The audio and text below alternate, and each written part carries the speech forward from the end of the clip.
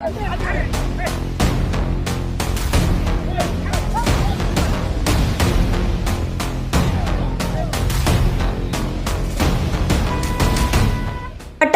போக்குவரத்து நெரிசல் மிகுந்த இடத்தில் வைத்து வழக்கறிஞர் ஒருவரை விசிகாவினர் தாக்கியதாக அண்ணாமலை அவர்கள் தனது எக்ஸ் தள பதிவில் குறிப்பிட்டிருக்கிறார்.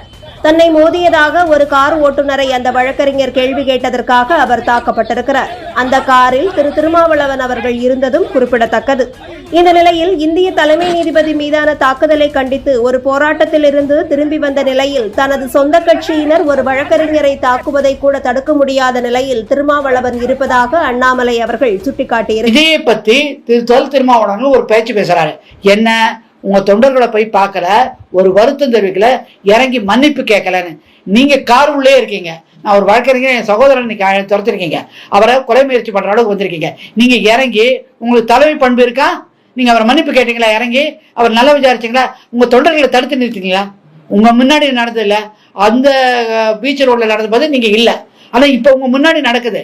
நீங்க தடுத்து, அது உயர்நீதிமன்ற வாசல்ல, உச்சகட்ட பாதுகாப்பு இருக்கிற இடத்துக்கு வாசல்ல உங்க தொண்டர்கள் வட்டு மீறுறாங்க. நாங்க ஒரு லேடிஸ் இருக்கிற